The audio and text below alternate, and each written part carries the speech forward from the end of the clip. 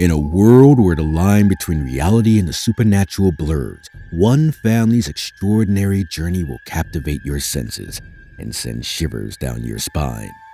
Welcome to Insidious, the first film released in the series of demonic hauntings.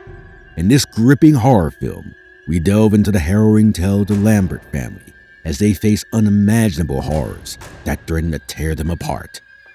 Greetings, fellow horror movie enthusiasts. Welcome to Sinister Snapshots, where we indulge in the thrills and chills of our favorite horror movies. Whether you're a die-hard fan or just looking for a quick refresher, we're sure you won't forget the horrors. Our mission is simple: to provide you with an immersive cinematic experience that will leave you yearning for more. Buckle up, my friends, because we're about to take you on a roller coaster ride through the macabre. The movie begins with a shadowy old woman moving around a house as the inhabitants sleep. Josh and Renee Lambert move into a new house with their 3 children. One morning, as Renee looks through a photo album with her oldest son, Dalton, he questions why there are no photographs of his father. Renee answers that he doesn't like having his photos taken. One night, Dalton goes to the attic after hearing sounds from upstairs. He climbs the ladder to turn on the light, but falls off. He turns to face the darkness and stares in horror at something. Shaken by what he saw, Renee and Josh put him to sleep and tell him the attic is off limits. Dalton doesn't wake up from his sleep the next morning, and he is rushed to the hospital where the doctors announce that he is in an unexplainable coma. 3 months later, Dalton still hasn't woken up, and he is taken home. Shortly after, a series of frightening events take place. Renee hears a voice on the baby monitor that screams, "I want it now!" She also finds a bloody handprint on Dalton's bed.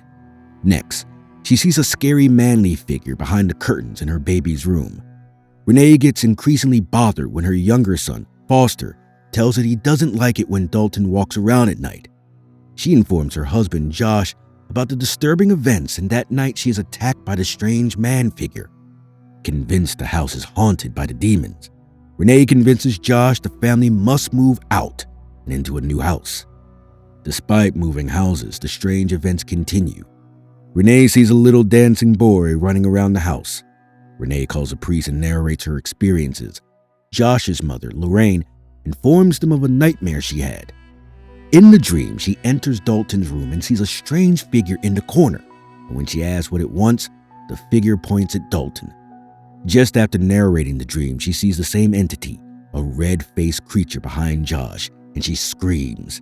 Immediately after, sounds erupt from Dalton's room and they rush up to find his room trashed with Dalton on the floor. Later, Lorraine calls an old friend, Elise, who specializes in paranormal occurrences.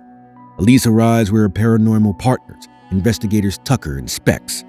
While conducting their investigation, Tucker and Specs find some disturbing evidence of demonic presence. When Elise enters Dalton's room, she stares at the ceiling and describes what she sees to one of her assistants, who draws what she describes. The drawing turns out to be the black figure with a red face that Lorraine had seen before. Elise explains that Dalton possesses the ability to astral project while asleep, and he had been doing it for a long time.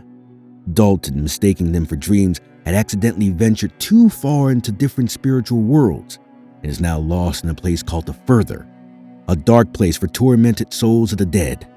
She further explains that the tormented souls desire another chance at life through Dalton's body. A few others, such as the old woman and the frightening man, have more malicious intentions for using Dalton, same as the red-faced figure who was a demon. Elise informs them that before a spirit can consume a body, a certain amount of time and energy is required. Josh is skeptical and sends Elise and her team away. He goes into Dalton's room and finds some pictures Dalton had drawn of the demon and other things he had seen, proving Elise right. Josh ultimately calls Elise back. Elise and the family decide to have a session to communicate with Dalton's spirit, but the demon uses Dalton's body to attack the group alongside other sinister entities. After the session, Elise and Lorraine reveal to Josh and Renee that Josh can also astral project. They explain that he was terrorized by an evil spirit as a child, and Lorraine shows them photographs from Josh's childhood. In the photos, a shadowy old woman stands behind him. The woman gets closer and closer to Josh in each photograph until she is mere inches away from him. He doesn't remember this because his memories were suppressed. This explains his fear photos. Elise asks Josh to use his ability to find and return Dalton's soul. Elise places Josh in a trance. When he opens his eyes, he sees his body asleep in the chair. He goes outside into the darkness to find Dalton. He meets a little boy who points him towards a house which turns out to be the house they moved out of. When Josh enters, a bizarre scene greets him. A family that was shot dead by a weird smiling girl. A frightened Josh scrambles up to the attic where he sees a red door. He recognizes this from one of Dalton's drawings. As he tries to enter, a spine-chilling encounter with the man from the house appears and attacks him. Josh manages to defeat him, and he's through the door. Behind the door is the further. Josh enters a red room and finds Dalton chained to the floor. He frees his son, but the demon appears behind Josh and attacks them. Josh picks up his son and runs away. Back in the physical world, the house is attacked by tormented entities. They get back to their house, but Josh lets Dalton go to face the old woman inside the house. Josh yells at her to go away, saying he is not afraid of her, and she backs away and disappears into the darkness. Shortly after, Josh and Dalton wake up and all the spirits vanish. With Dalton and Josh back from the further, Renee, Dalton, and Lorraine sit in the kitchen as Dalton eats while Elise and Josh clean up in the living room. Josh gives Elise his childhood photos, and as she takes them, she notices something strange.